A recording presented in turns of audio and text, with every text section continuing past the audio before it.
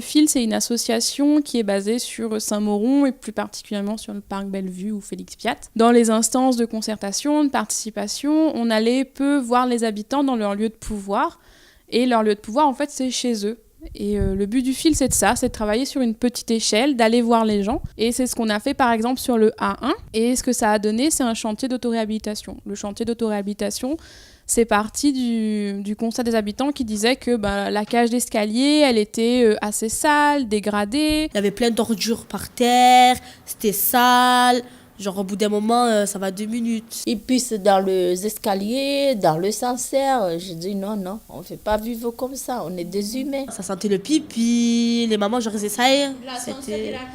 Ouais. Vous venez, vous restez, vous saliez, les gens qui boivent, ils filment, ils laissent partout. Donc on a travaillé avec les habitants. Ensuite, ça a été avec le bailleur social Logirem. On a fait un grand ménage. En août, on a fait un grand ménage de tout le bâtiment, tout le monde a participé. Après, on a grippé le mur.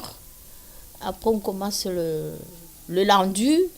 Après, on commence la peinture, la première couche, deuxième couche. Moi, au début, dès qu'on m'a donné la ponceuse, je me suis dit, qu'est-ce que je vais faire moi avec une ponceuse? Ce qui donne une cage d'escalier qui a été repeinte, les surfaces ont été en partie refaites et une réappropriation un peu de cet espace-là.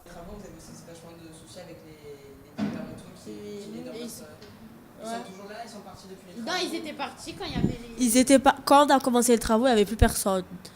Les travaux, ils ont suivi leur cours et maintenant, ils sont revenus. En gros, ma maman, elle a fait un goûter parce qu'il nous dérangeait quand on faisait les travaux et elle les aura passés, elle leur a parlé pour qu'ils viennent plus dans notre bâtiment.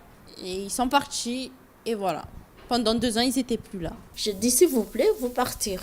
Gentiment, ils n'ont pas obéi. Et là, je dis, on va trouver une solution. Qu'est-ce qu'on va faire? Je fais le café, je vends le café avec eux. Ils ont honte de me voir quand à chaque fois qu'ils montent dans les escaliers, ils me voient avec les tasses le gobelet et le café. Je dis, tu montes, tu achètes ça d'abord et tu montes d'acheter. J'ai pris 6 seaux, j'ai renversé. Le même jour, ils ont resté jusqu'à 17 heures, ils ont taillé et jusqu'à maintenant, ils n'ont pas venu. Sur le A1, il y a plus de femmes, en vrai. Et aussi, sur les temps où nous, on était présents, où se déroulait le chantier, donc les matinées ou les après-midi, en gros, entre 9h et 18h, les hommes étaient moins présents parce que souvent, c'est eux qui travaillent ou ils sont en dehors de la maison. Donc, de fait, ce sont les femmes qui se sont plus mobilisées. Il y a eu beaucoup de filles. La plupart, c'était plus de filles et juste quelques jeunes. Genre, c'était pas des grands, il n'y avait pas de majeurs en tout cas, c'était que des gens de notre âge. Donc quand je dis habitants sur le A1, c'est surtout les habitantes en fait qu'il faut remercier et en fait qui se sont mobilisées sur leur chantier. Et c'était super cool en fait de travailler aussi entre femmes.